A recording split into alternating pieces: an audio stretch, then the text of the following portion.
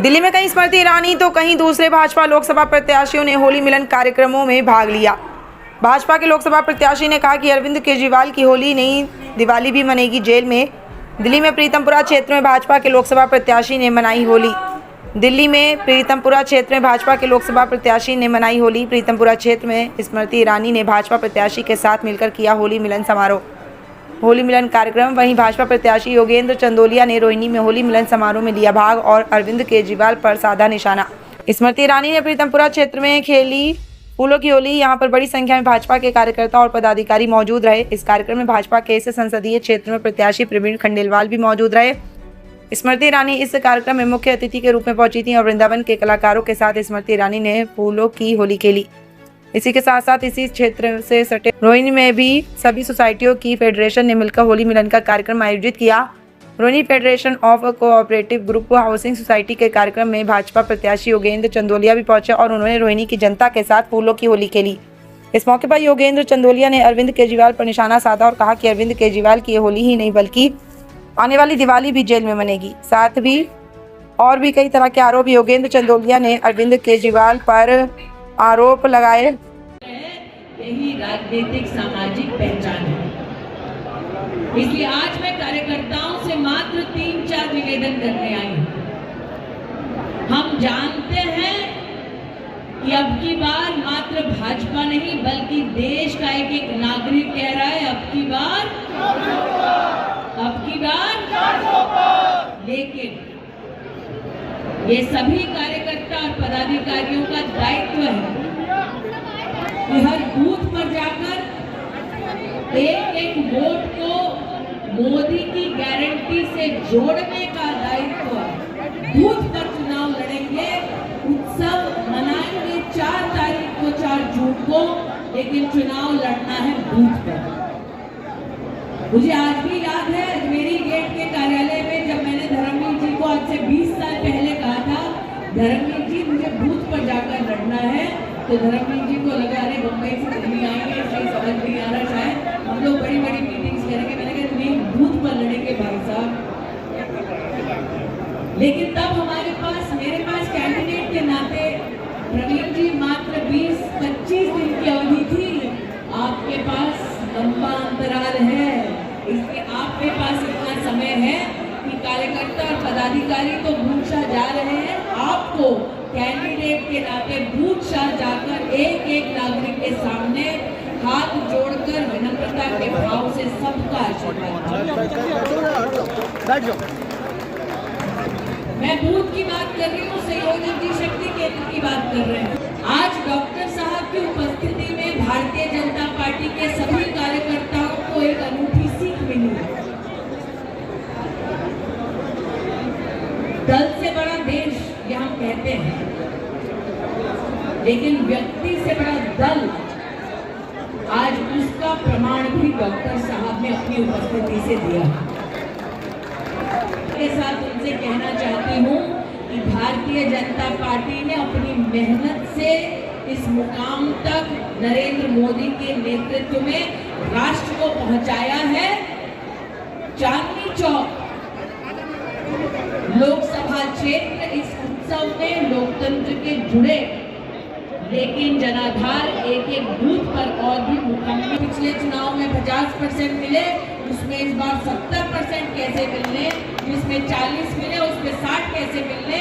आपकी ये प्रतिज्ञा और उसका प्रमाण 4 तारीख को मिलना चाहिए। आज दिल्ली में विजय जी मेरे साथ उपस्थित है। एक अनूठा राजनीतिक तंत्र हम सबको देखने को मिल रहा है। राष्ट्र के इतिहास में पहली बार देश की सुप्रीम कोर्ट ने ये ऑब्जर्वेशन दी है कि दिल्ली में जिन लोगों ने आम आदमी पार्टी में सुचिता का तमाशा करते हुए सत्ता पाई, उन्होंने पॉलिसी बनाने के लिए शराब की कंपनियों का इस्तेमाल किया। शराब की कंपनियों ने बैठकर दिल्ली में पॉलिसी बनाई। ये दिल्ली में आज तक कभी नहीं हुआ। सुप्रीम कोर्ट ने कहा कि 338 करोड़ रुपए का घोटाला तो सुप्रीम कोर्ट के सम्मुख प्रस्तुत हुआ और उन सारे दस्तावेजों को देखकर सुप्रीम कोर्ट को भी ये कहना पड़ा कि हाँ, शराब की पॉलिसी में घोटाला हुआ और 338 करोड़ के घोटाले में तो सीधा की भारत माता की। पीछे जितने कार्यकर्ता बंधु बैठे हैं, आप सभी कार्यकर्ता बंधुओं से आग्रह है, माहौल होली का है, रंगों के त्योहार में जो दूसरे भाई अपने माइक पे बोलने का प्रयास कर रहे हैं वो बंद कर दें।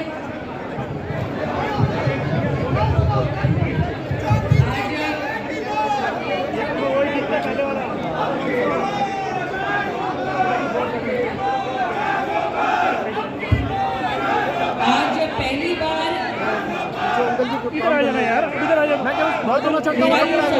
व्यक्ति के समर्थन में आज उपस्थित हुई हूँ जो मेरे पहले लोकसभा चुनाव में कवरेज कैंडिडेट की भूमिका निभा चुके हैं। डॉक्टर हर्षवर्धन जी,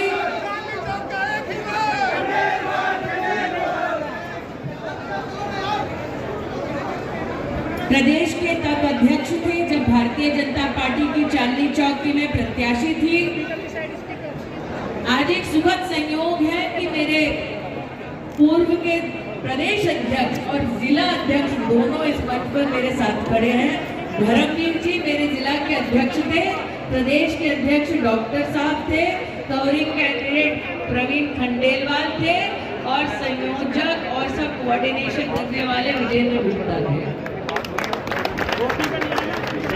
और यहाँ से अशोक जी कह रहे हैं कि मैंने भी मीटिंगें कराई हैं। निश्चित रूप से यहाँ पर कई ऐसे मंडल में बूथ पर कार्यकर्ता होंगे जिन लोगों ने वर्षों वर्ष भारतीय जनता पार्टी को अपने परिश्रम से सींचा।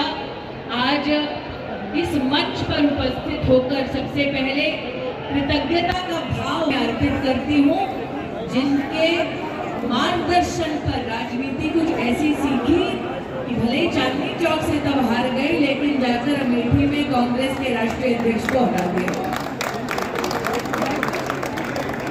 अगर संगठन की दृष्टि से देखूं, आज उत्सव का माहौल है, इसलिए उत्सव की भूमिका में कम और संगठन की भूमिका में थोड़ा बोलना चाहती हूँ। संगठन की दृष्टि से अगर मैं देखूं तो मैं इस बात का जीता जागता उदाहरण हूँ कि हार या जीत इंसान की राजनीतिक किस्मत सुनिश्चित नहीं करती। आज भारतीय लोकतंत्र में ये सत्य वचन है कि जहां मोदी है वहां जीत की गारंटी है। और इसलिए प्रवीण जी आप तो विशेष बहुत बहुत धन्यवाद। मैं आप सभी कार्यकर्ता बंधुओं का आज के इस कार्यक्रम में स्वागत करता हूं, अभिनंदन करता हूं, वंदन करता हूं। मित्रों, होली के बाद ये चुनाव अपने अगले चरण में प्रवेश कर जाएगा।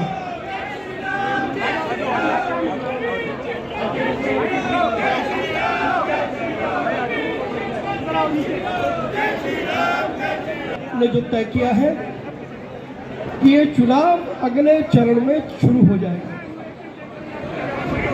अगले चरण में हमें जो जो भूमिका निभानी है वो हमारा संगठन तय कर चुका है और हमारे दोनों जिलाध्यक्ष आप तक उसको प्रेषित करेंगे। बार बार ये कहा जा रहा है कि ये सीट हम इतने मतों से जीत गए, इतने मतों से जीत गए। जीत में शक नहीं है, लेकिन अधिक आत्मविश्वास हमको कहीं ना कहीं परेशान न कर दे।